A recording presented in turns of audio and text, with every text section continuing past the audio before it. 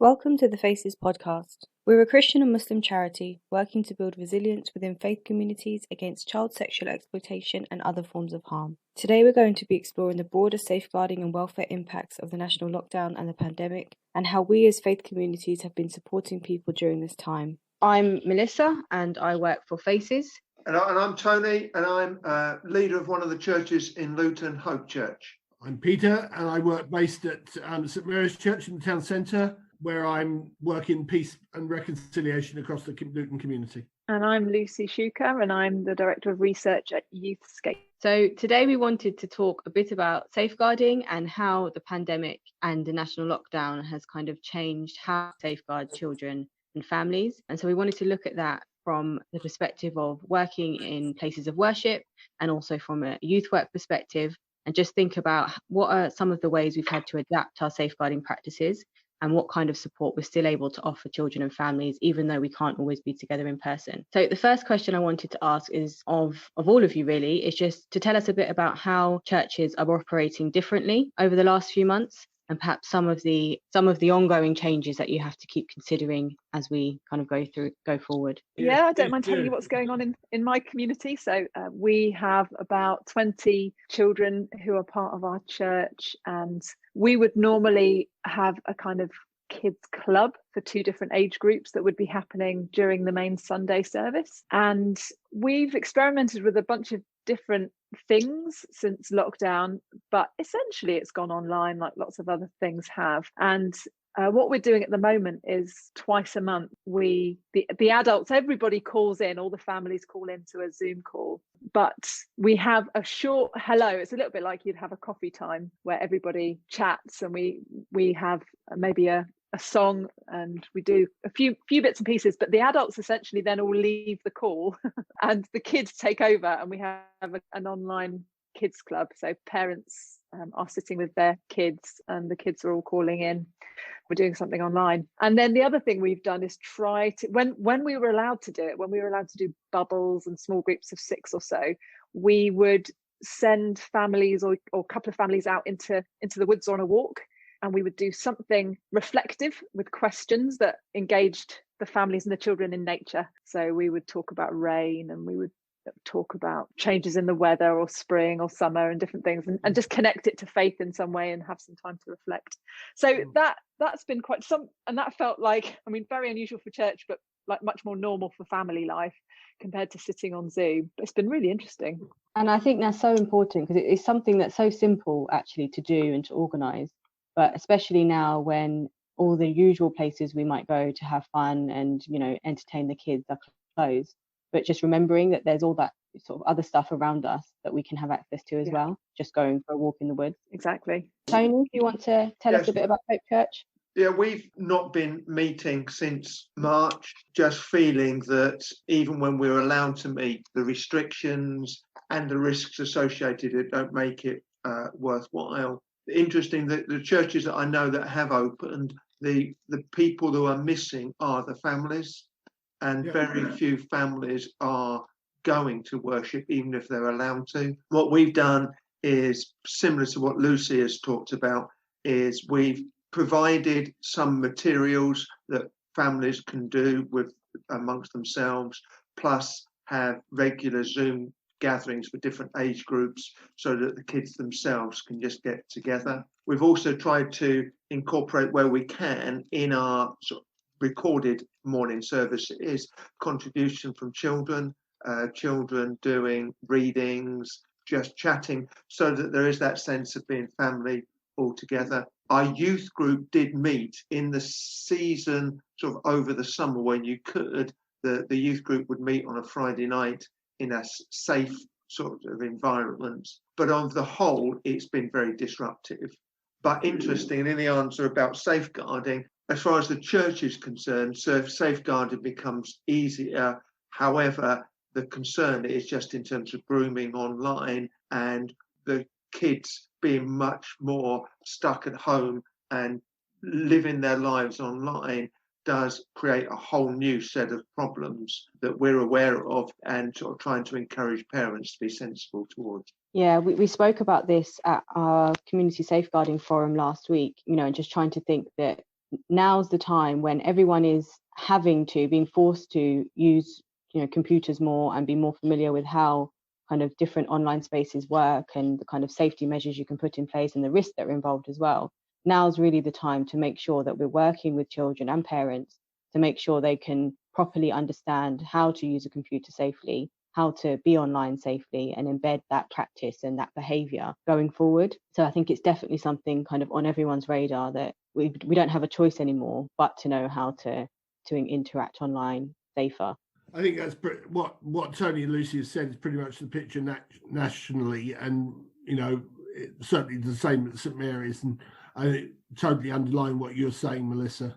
We've got to take this seriously as life has moved so much online. We've got to have a very strong, rigorous safeguarding presence online. Yeah, and I just wondered as well, Tony, you mentioned about a lot of the churches that are open, it's families that are missing from actually coming to the in-person services.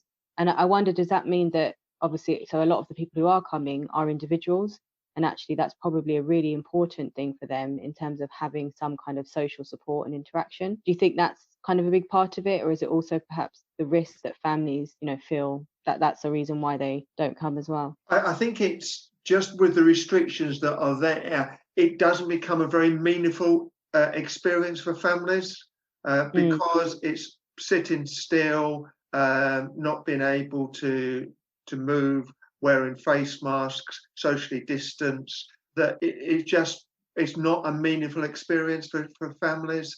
And so why run the risk, I think, is the basic. So that would be the thinking, certainly in our situation as well. And are there any, in addition to the online safety kind of aspects, are there any other kind of requests or asks of support that you get from families in terms of, just general support for how things are at the moment? Can I jump in there? Hello. Yeah. Hi, I've arrived slightly late, but here I am. You should introduce yourself, I think, Rehana. Yes, I'm Rehana Faisal. I am co-chair of FACES alongside Tony Thompson. Slightly late due to perhaps ironically tech issues, but I'm here and I'm really interested in hearing my colleagues talking about what's been happening in churches. I think there's been lots of similar things, but I think the scale of what we've had to do, certainly in Luton and certainly within our mosque, has been a lot larger. So, I think Lucie mentioned that they've got 20 children in her church, and I think our mosques have something like 200, 300, 400 children that they engage with every week. So in terms of scale, that's a lot, a huge job. But I think many of them have I think, if not all of them, have kind of risen to that challenge. Lots of kind of online stuff happening. But just to kind of go back to your question about other kinds of support, I think the thing that's really struck me the most, and I think even on a personal level, I think it's the grief, that we're having to deal with right now. The number of deaths, particularly within Luton's Muslim community, has been not too dissimilar, I think, from the national picture, but has been huge and disproportionate. And that's been difficult because there is a process, I suppose, that the machinery kicks in when somebody passes away, in inverted commas, normal circumstances where as a community we can get together, we support one another. There are these rites and rituals that we perform, that we're able to perform for our loved one who has passed away. And in this context, many families haven't been able to do that. And I think that's really hurt the mourning process. And I think there's that impact on the individual family. But I think we're all touched by it. I can't imagine that there's anybody who hasn't had somebody that they know who has passed away, or somebody that they know who's been or is very ill from the virus. And I think there has been overwhelming feelings of grief, compounded just by the way that we're living. So lack of connectedness. I see it quite a lot also within elderly members of our community who are losing friends but not being able to take part in their funeral prayers. Really overwhelming sense of grief out there, and grief and loneliness combined. And I think that's where we've had something of a job of trying to stay connected with members of our community, trying to pick up where there are families who are struggling with grief and bereavement, and supporting those families, not just for, you know, a week or 2 weeks like we might have normally, but for as an ongoing process. And I think that's the thing that's probably really stood out for me in terms of COVID, and the way that faith institutions have had to, you know, think differently, do differently. And I think we can't overlook how much that impacts our capacity as adults to be as kind of aware of all the other things that we want to think about when we're safeguarding children and working with children. And also, obviously, we can't overlook the impact on children of this kind of collective trauma and grief as well. I think that's right. I just reflect on a story that our own vicar at St Mary's, Mike Jones, tells, how his family were impacted 100 years ago by the Spanish flu outbreak, where a great-grandfather, I guess, had returned from the war the previous year and died. And it had an impact on the family through several generations, such that it's impacted him. And that's the trauma of a pandemic 100 years ago. And so it is a real challenge for us as a faith community to handle trauma in families that goes on. Can I ask, Rehana, just listening to you, I mean, it's really, my first reflection is, you know, just that it's become a cliche already, but that thing of not being in the same boat, but also probably not being in the same storm because of the disproportionality of the impact of this in different communities. Have you seen the communities adapt and find ways? You talked about supporting people for longer. Have there been ways to adapt what it means to grieve within the Muslim faith where certain rituals have not been possible? I think there's a number of things that we've done to respond to that. So, and this will be across faith, but finding ways for people to be involved even if they're not present. And that might be just simple things like really guiding people through prayer, and, you know, doing that over the telephone or talking to people. And I remember a conversation my husband was having with somebody the other day, and kind of talking really slowly through the process. He was involved in the burial and all the rituals that went beforehand of somebody's relative, and kind of really talking slowly about what happened and what he did and what it means. Actually, the pandemic has a position within faith as well. So the illness has a position. Death from an illness like this has a particular position and sort of status in Islam, and having those conversations and helping people to, you know, reconcile their grief in some way. All of that has been part of the process. But I think for us, you know, it's been that kind of how do we involve people that can't be there, but also, you know, remind people of all of those kind of connections with our faith. And I think one of the conversations I remember me having is somebody felt like their father had less of a funeral because they didn't have those things, but actually talking it through and saying, actually, there was something more in this for him. There was something greater in this for him.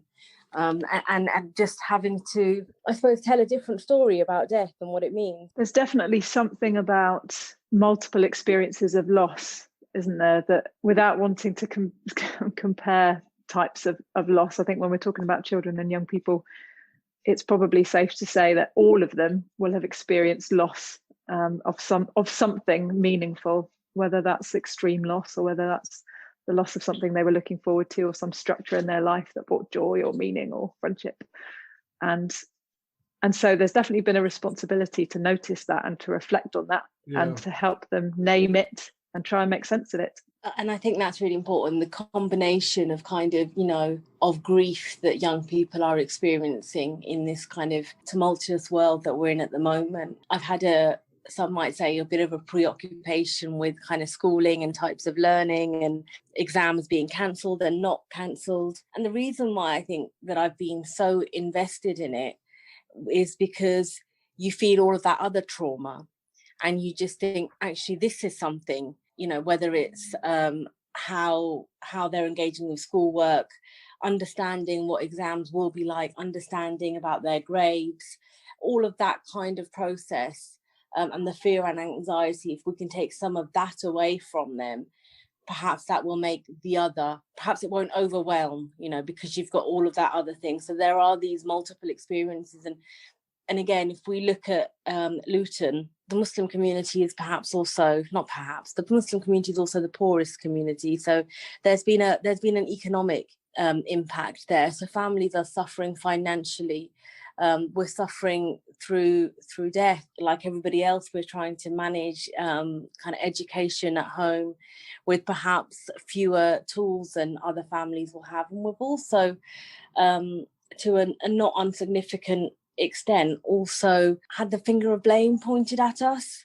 So lots of discussion about, BAME communities being more at risk because they're not breaking the rules, which is not the case. There are structural reasons, institutional inequalities that put us at greater risk, but that's another challenge that another burden that we've had to carry alongside everything else. And undoubtedly all of this leaves a mark, will be something that we will be grappling with for many years. That's all really, really good points. And I just wanted to go back and kind of underline, the fact that I think faith communities and faith organizations are in a really unique position to support people through loss and death and grief. And actually the significance of that is really huge, when we're thinking about the amount of children and young people who may have experienced loss, and that might even be, before the pandemic and during and to come. But when we look at having lost someone in your household or as part of your close family being a factor of, vulnerability, actually being able to process that through a lens of faith and with children in a way that they can understand and take perspective, I think is a really good way of kind of lessening that vulnerability and strengthening children and young people. I think it's a really important point of connection between young people and their families as well. And I think Lucie touched on the importance, and yourself, Mel, on the importance of family and that connection. But I found that particularly through this, grief is something that we do often experience collectively, although we might have our kind of unique ways of doing it. But I think we've seen lots of really positive conversations between us and parents and elders, and that in turn being really positive, despite the kind of nature of the conversation, positive conversations between those elders and the children. So I think that's been one of the one of the important things that we've seen happening, though more of those conversations had. One of the things I'm reflecting on in terms of education is that when you have to be in the room and you have to have the material and work out with your child what they're meant to be learning, and yes, you in the background, what they're meant to be learning and how you're meant to teach it, you are invested in that process in a way that you're not, obviously, when that is invisible. You send them to school and someone else is doing it. And I've certainly noticed, this is not completely on the theme of safeguarding, but in terms of faith and what is shifting in this pandemic, is there's a trend in lots of churches for somebody to take the role of teaching the children and young people on a Sunday or in a youth group, and some parents might be very invested in continuing to also do that at home, but others might sort of almost outsource that to somebody who might be better at it or have thought about it more. But in this time, I'm sitting next to my daughter in the Zoom call. She's right here listening to me. And we're talking about scripture together. She's telling me what she thinks about what has been said and whether or not she agrees with it and how she interprets it. And that puts me in a different position to it as well. And I think that is something that I have valued, is that I've sort of been, without meaning to, I've been thinking so much more about how I talk about my faith and how I share it and how I make it make sense to somebody much smaller. Like me. Thank you, darling. Also, this is just to underline the point that surprising things happen. You might have a policy, but then your child just takes the phone and is suddenly visible to everybody, like this, in a way that you can't control. And so you have to, when it comes to safeguarding, you have to really be quite thoughtful, and you have to be quite responsive and be aware in the moment of what things mean and how you're gonna manage it. Excuse me while I mute myself and give her some more lunch. I think we definitely underestimate just how much children are able to kind of understand more complex things, that are more complex than what we tell them, kind of as, we don't just need to give them the basic facts. Sometimes they are able to kind of unpack some of the stuff behind that. And homeschooling definitely helps provide that kind of opportunity. We really get the chance to to go through what we're talking about, rather than just learning and repeating the facts back about something. I think, I mean, it's very interesting just listening to this conversation, what Rehana's just said and our responses to it. I've heard many conversations about the degree of pain and of what's been happening within the Muslim community particularly, but actually having this conversation together about it now and its impact on family and the different dimensions of it, it does again what we've so often found in our sort of FACES grouping, that actually the conversation we've had around sexual exploitation and abuse and safeguarding is just opened the way to sharing so much of life in a much richer way. And I mean, obviously there are safeguarding dimensions in terms of children's welfare. They're not quite so closely related to abuse, but the welfare dimension is such a strong feature of our concern at this time. And I think it's just the positive of this time has been families being together so much more, and Lucie's drawn attention to aspects of that. We've shared the positives, but we've also shared and are sharing, continue to share some of the real negatives and challenges of it. And it's knowing how to do that well and be attentive to our young people and children's whole welfare through this time. Definitely. And the more we can support families with a broader kind of welfare approach and make sure that they have the things that they need and that they can get the support with the applications that they need support with doing and things like that, what we're doing is strengthening that child or that young person's protective environment. Yeah. In a better position to be able to safeguard them, especially sort of in our absence if we don't have that in-person interaction like we normally would when they're at school or attending church or a mosque. We've known, haven't we, for a while that safety has all these different dimensions, and if anything, this this pandemic is presenting such a strong, it's not opportunity, it's stronger than that. I think it's demanding that across society we redress what is unjust and unfair in the way resources and opportunities are distributed across different groups. And there's always a risk when it comes to anything like safeguarding that we just think of it in terms of this particular child, this particular story. It's individual.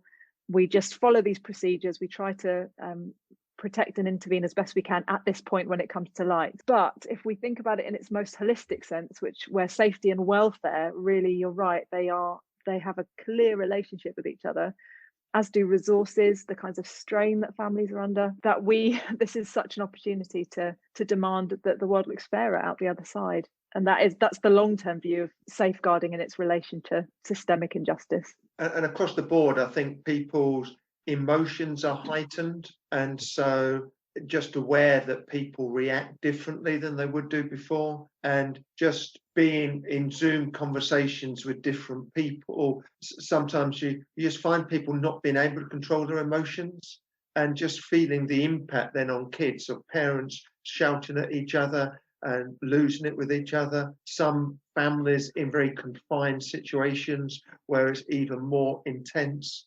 And so I think the safeguarding is an emotional one, and it will have that impact. And the disproportionate way of resources that are there does mean that some are impacted far more than others. And we talked a bit about schools, and just from my experience, I've got family members who are in the profession, and somebody is teaching in a grammar school, and they've got so many resources that it's very easy to video lessons.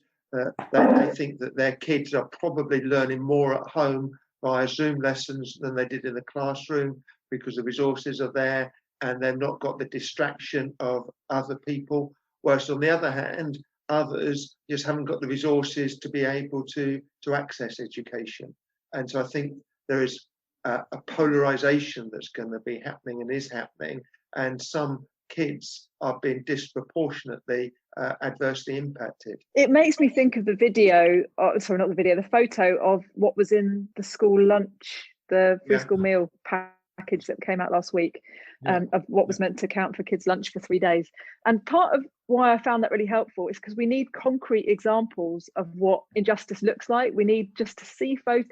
So it makes me think of those, sometimes they're exercises that are done to just help children see what another family's culture looks like, to say, show us what your lunch looks like, show us what you eat for dinner in your home. But really, what we don't know unless we hear and we actually, our little bubble is burst and we can see something. What is it like to be in this situation if you are living in completely different circumstances? And we need stories to be told. I think that's partly why, you know, I really valued the kind of stories from lockdown work that you were doing, Melissa, earlier. I don't know if you're still doing that, but we need to know what disproportionality looks like. It's not just a word, is it? We need to see it so we can be shocked into knowing, like, oh, you don't have that thing that I take for granted, or you're trying to deal with that level of strain. I don't think I'd be able to do that. Yeah, and I think it's easy for us to look at that, easier for us to look at that in terms of having more and thinking about what people don't have. But actually, for a lot of children who have less and families, we have no idea actually of what kind of opportunities are out there for people who are in much more privileged situations and circumstances. And I think that's, and again, going a bit off topic, but we've heard a lot about how the impact of school closures, how that will really make a much further gap between disadvantaged pupils and more privileged pupils in terms of their how much they'll achieve through education. But actually that gap is already there. And I think when we're talking about who is going to fall behind, the people who are in communities that experience poverty more anyway, were already falling far behind. And actually we should have been noticing that long before 2020 and been working much more proactively to get rid of that gap, not just shorten the gap, but actually get rid of that gap and make sure that education opportunities are equitable, and actually all young children and young people don't only get a chance at education, but good quality education. And, you know, your kind of success in life isn't determined by the wealth of your family or whereabouts you live in the world. And I think that's probably, well, both of those examples are interesting in understanding. One of the things that we talk about at FACE is about the invisibility of certain young people, and the fact that there are some young people whose pain and trauma that are more easily visible to us, and others that we, for whatever reason, we don't see. You know, with the first example with free school meals, lots of, you know, we saw that there were really poor food packages being given out. I mean, I know in Luton,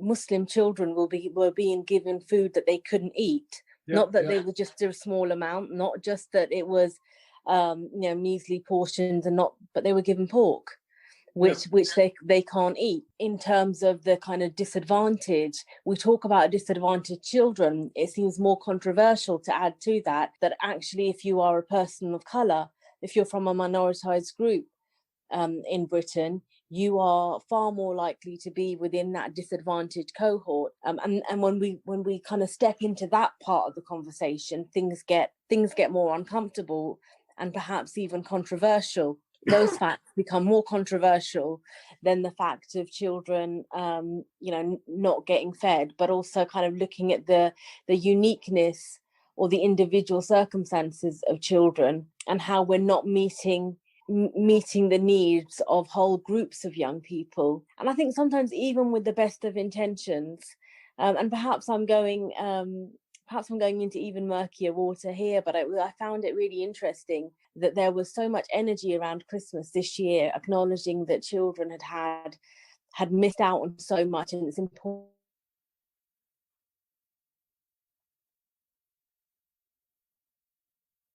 a festival, an occasion that was important to them. We didn't see it as a community, by and large. I mean, unless we were Muslims ourselves, you know, we did what we could within our communities, but it's not something that's picked up by everybody else. So we can see Christmas, or people could see Christmas because it was something that they could relate to personally. So, you know, Christmas is something they can relate to. The desire for Christmas presents is something they could relate to. But Muslim children and their desire for an Eid celebration was something that's not even on our radar. That sounds like it's quite detached from what we do at FACES, but actually it's completely relevant. as to how do we keep our eye on those children that we don't necessarily relate to, that don't necessarily look like us, that we don't see in the real sense all the time. But how do we nurture, care for their well-being, the welfare? How do we do that for children from minoritized groups? Because we're certainly not doing it at the moment. Yeah, and I think what you've said really, it reflects the context that we're in.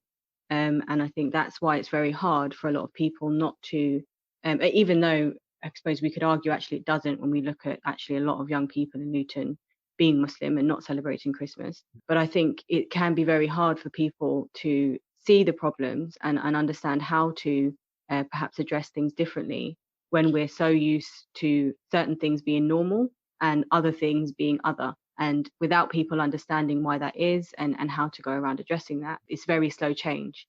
But our course, our identity and inclusion course, that will hopefully provide an opportunity for both organisations and individuals and families to really reflect on what the standards are that we frame responses around and that we create narratives around, and look at some of the harm that those certain standards can cause in terms of missing certain groups of people and not being able to respond to their needs. Absolutely. And I think, we always talk about these things being kind of, a slow change that's going to happen. But, and you were absolutely right in your analysis there that, we got used to the idea of what is normal and the idea of what is not normal. And there are groups of children that we are letting know quite in no uncertain terms that they are not normal.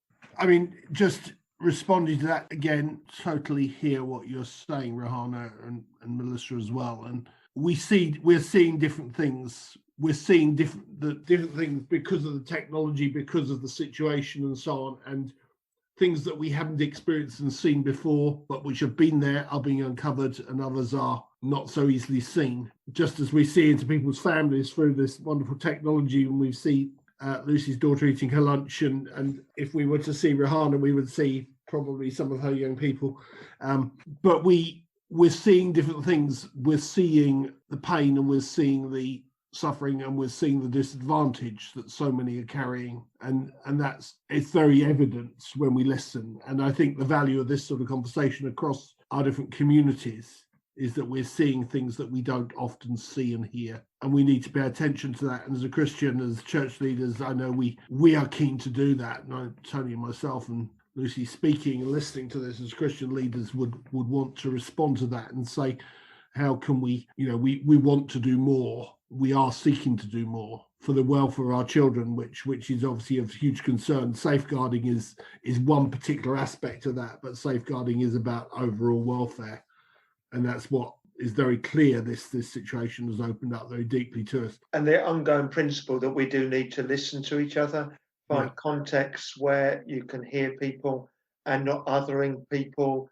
And the danger is that in different parts of the world, there is this polarization and the demonization of others, the blaming of others, which we've talked a little bit about. And just somehow we've got to get into the heart of our society, the need not to shout at each other, but to listen to each other, to try to put yourself in other people's shoes and understand where they're coming from. And I think we have tried to model some of that, but I just think that principle is a really key one that needs to be heard. And lockdown hasn't necessarily helped it.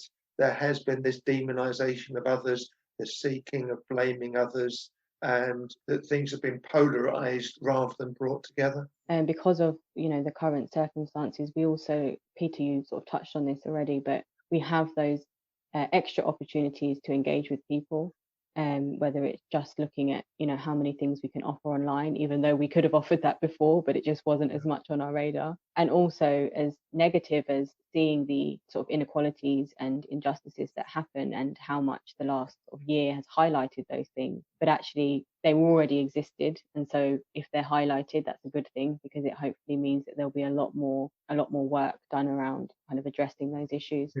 I mean, just one example, I think of the way we see things. I mean, because of my relationships here and with others, I follow on Facebook a number of Muslims and Muslim institutions that. So regularly I will see, such and such is broadcasting live, and it will be a funeral of a member of the Muslim community. And that I see that coming up on my screen, maybe sometimes several times a day.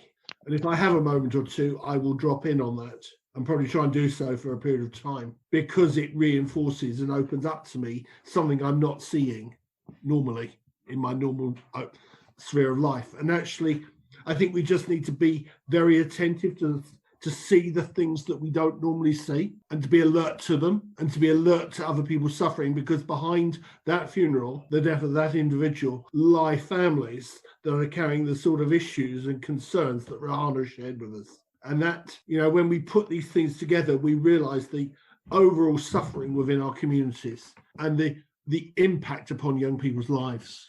It really makes me wonder how we hear from children and young people in these times as well. As just thinking as sort of professionally as a researcher, it's really hard to work out ethically whether it's right to try and ask children, young people questions about what this is like for them, mostly because the only technology you can really use is online, and everything has gone online. The demand from adults in the world have gone online, and you're sort of right at the periphery of that as a researcher. You don't know them, you don't have those relationships necessarily.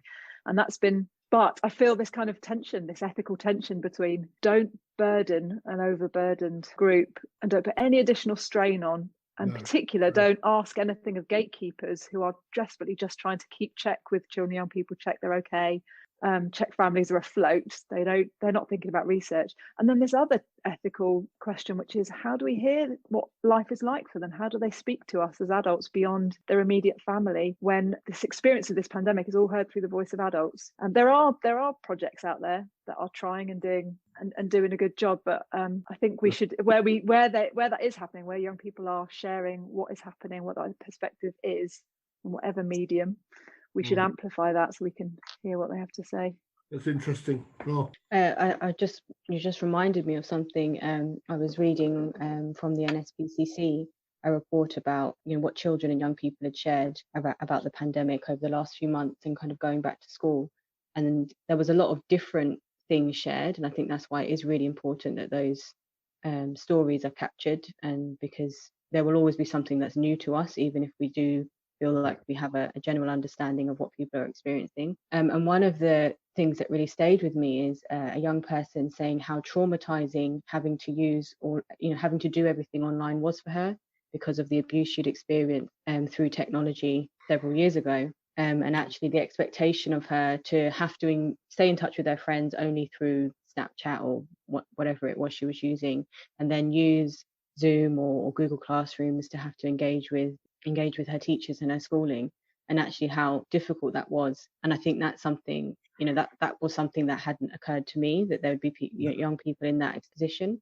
And also I suppose it speaks to perhaps some of the parents who may have experienced abuse online, and now again, like we said, being forced to have to use all of this different technology to make sure that their child can now access education. And that's a very complex kind of situation to be in. And I think we do need to think about how we can support people, not only families who don't have access to technology, but families who may have access to technology, but actually it doesn't come without that level of trauma that's connected to it. That is a fascinating, challenging dimension, Melissa. Thanks for listening. You can find out more about our work on our website at faces.org.uk.